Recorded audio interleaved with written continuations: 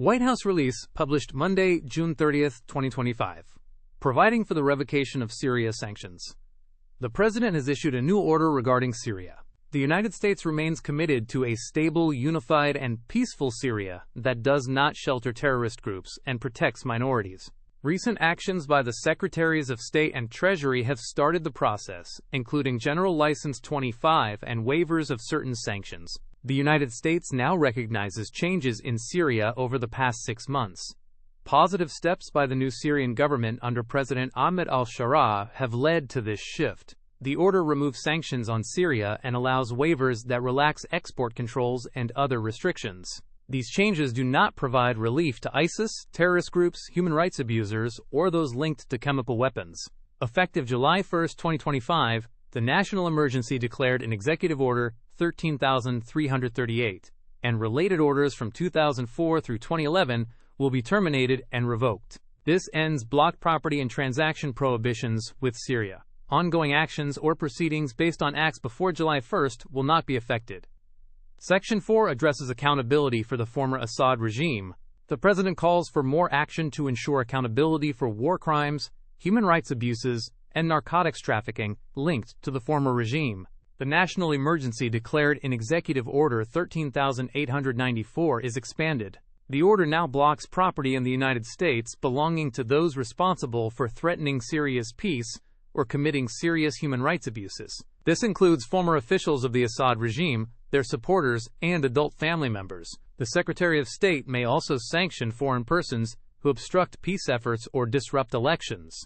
Section 5 concerns the Caesar Act. The Secretaries of State and Treasury will review if criteria for sanctions are met. If so, sanctions may be suspended in whole or in part. If criteria are no longer met, sanctions will be reimposed. Congress will be briefed within 30 days of any suspension. Section 6 waives certain restrictions under the Syria Accountability Act for items on the Commerce Control List and specific provisions, citing national security interests. The Secretary of State will report this waiver to Congress. Section 7 states there has been a fundamental change in Syrian leadership and policies.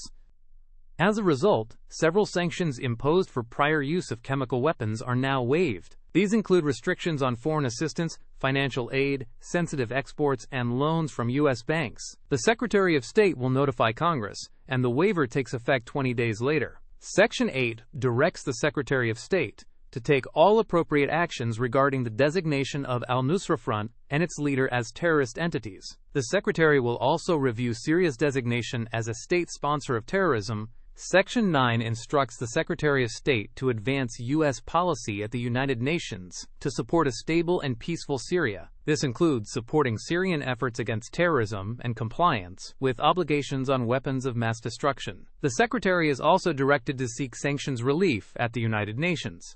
Section 10 authorizes the Secretaries of State, Treasury, and Commerce to take necessary actions and adopt regulations to implement this order. They may redelegate these functions within their agencies as needed.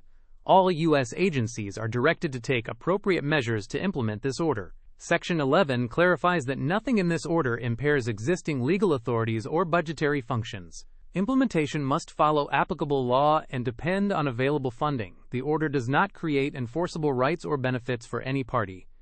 Thanks for listening. The full source material for this summary is in the description below.